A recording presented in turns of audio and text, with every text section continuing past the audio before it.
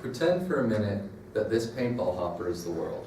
It's got all its different parts, it's got the resources and the battery to make things run. But even so, you still need those people to come in here and flip the switch. So what happens whenever the rest of this hopper, the parts start treating the people who flip that switch badly? What happens when they decide to cut off their abilities? That's the basic premise that Ayn Rand used in her book Atlas Shrugged, where she talked about a group of makers and producers, basically big business people, who decided to cut off their resources from the world and see how they fare without them. Objectivism is the philosophy that she basically had embodied in that book, and it examines the relationship between man and existence itself, especially in a political sense. Ayn Rand's one of my favorite authors. My favorite book is The Fountainhead. One of my other top 5 probably would be Atlas Shrugged. The only problem would be they're a bit lengthy. But I've been interested in history and extremely involved in politics, even gone to a thing for a week where we created a mock government. And it's given me some insight into politics. Whether you like it or not, political realities do affect you each and every day. So by the end of this speech, I want you all to know 3 tenets of objectivism and how they relate to us today. And those 3 tenets are a pursuit of a rational self-interest for an individual, a lack of interference into other people's business or their personal ventures, and a stand against religion and altruism. So let's look in depth at what objectivism actually is in our lives. The first and probably most important tenet is that it promotes a pursuit of a rational self-interest.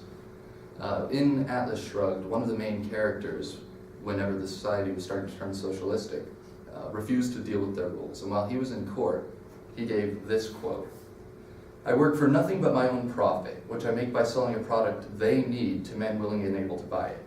I made my own money by my own effort in free exchange and through the voluntary consent of every man I dealt with, the voluntary consent of those who work for me now, the voluntary consent of those who buy my product. I refuse to apologize for my ability. I refuse to apologize for my success, and I refuse to apologize for my money."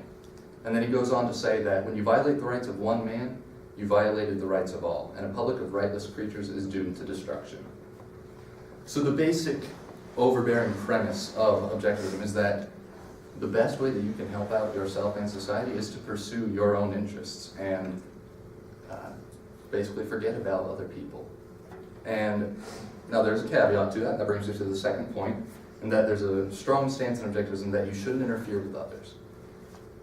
And Ayn Rand was a gigantic laissez-faire capitalist, and whenever she moved to the U.S., she lived in Russia, the Russian Federation originally.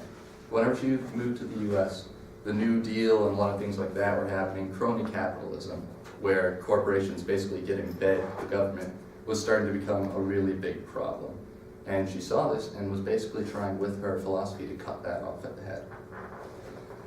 Now the last and personally one of my less favorite points on objectivism is that it's staunchly anti-religion and anti-altruism. The reasoning in objectivism that it is so anti-religion and just helping people out is the whole idea that with religion especially, people are somewhat coerced into thinking they have to help others in order to make it to heaven. And Ayn Rand was not a big fan of that. Personally, I think that it's probably because she came out of the Russian Federation. She lived and went to university in St. Petersburg, which was the capital of Russia. And the state religion of the Russian Federation was Russian Orthodoxy. And the problem there was that the emperor was actually the head of the church. So in her mind, government and religion had basically become meshed. And so to her, the less control, the better, so religion was automatically cut out. So the overall question is, why does this information matter to us? We've gone over some of the main tenets of objectivism. There are more, but some of the main ones include that you should pursue your own interests rationally. You shouldn't mess with others, as long as they aren't hurting anyone else. And there's also a strong stance against religion. And I don't agree with every part of objectivism, but when it comes to politics and just basic life in society, I think it should be given a lot more consideration than it is at this point.